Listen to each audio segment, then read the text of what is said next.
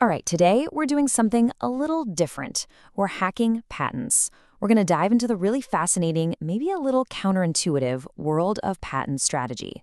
We'll look at how innovators can legally, and that's the key word, navigate a world where it feels like your competitors own all the best ideas. Now, this isn't about illegal copying. This is about being smarter. It's about outthinking the competition. And this question?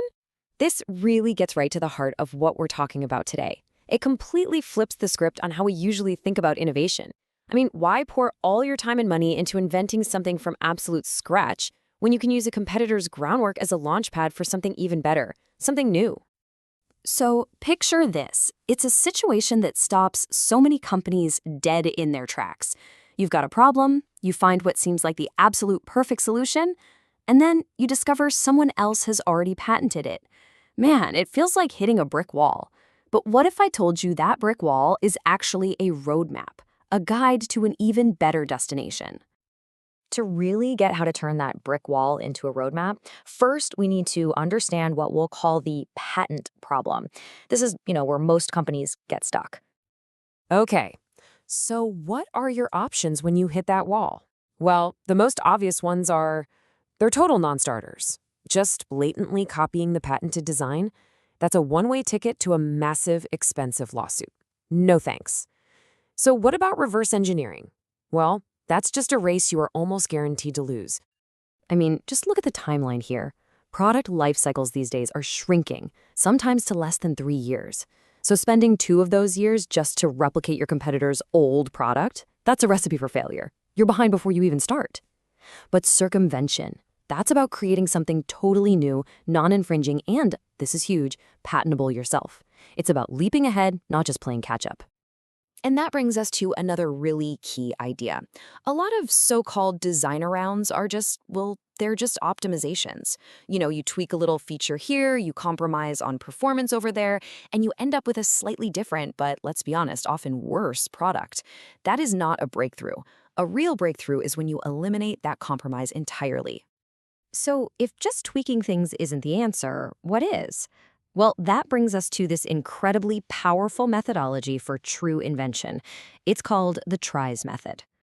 TRIZ, which stands for the Theory of Inventive Problem Solving, is this amazing methodology that was born from a really simple but brilliant idea. What if we analyzed millions of patents to find the repeating patterns?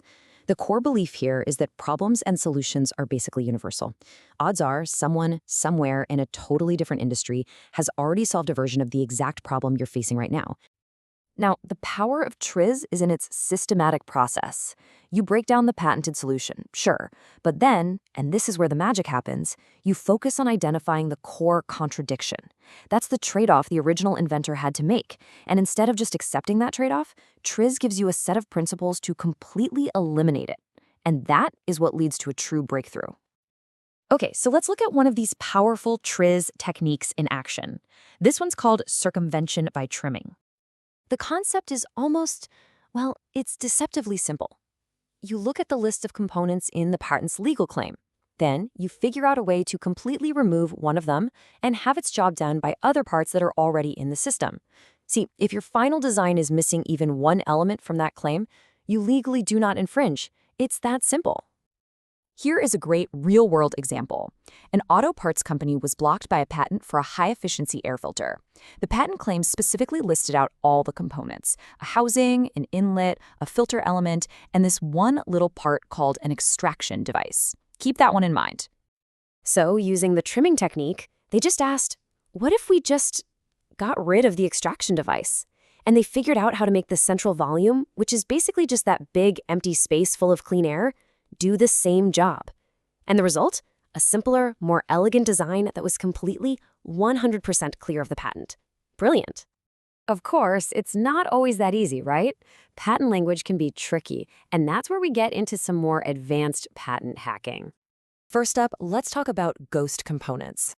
These are parts that are absolutely necessary for the invention to work, but for whatever reason, they were never actually listed in the patent's claim.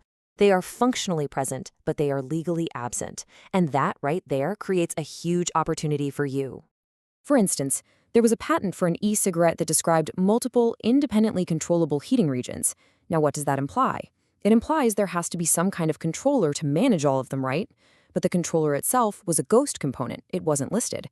So, by designing a clever, self-regulating heating element that didn't need an external controller at all, an innovator could completely get around that patent. Then you have something called dragon patents. And these things are tough because they use incredibly broad, super generic language. They'll claim something vague like a means of support or a fastening mechanism. And when you try to trim that component, whatever you replace it with often still fits that same generic description. It's like you cut off one head of the dragon and another one just grows back. A classic example was a Honda patent for a backseat airbag that used a means of support. So, the first attempt to get around it trimmed the support and just used the car's roof instead. But that didn't work, because the roof just became the new means of support. The real breakthrough came from changing the airbag's shape entirely, so it was actually supported by the car's existing headrests, totally eliminating the need for any separate supporting component. Now that's thinking differently. So after all these techniques, what's the big takeaway here? What does this all mean? Well, it fundamentally changes how we should be viewing invention itself. What's so powerful about this is that it's not just a defensive strategy. It's not just about dodging lawsuits. The exact same systematic thinking can be used on offense. You can use it to strengthen your own patent applications, to identify those white spots in the market nobody's looking at, and even build entire patent firewalls around your core technology.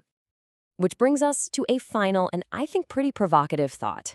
Does invention have to be this rare aha moment, a stroke of genius that strikes like lightning? Or, as methodologies like TRIZ seem to suggest, is it actually a structured, systematic science that, with the right tools, anyone, including you, can learn and master? That's something to think about.